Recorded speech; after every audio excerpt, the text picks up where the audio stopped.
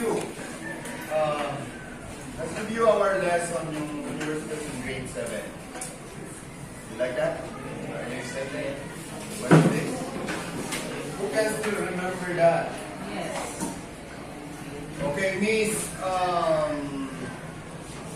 let's say D4. Miss D4.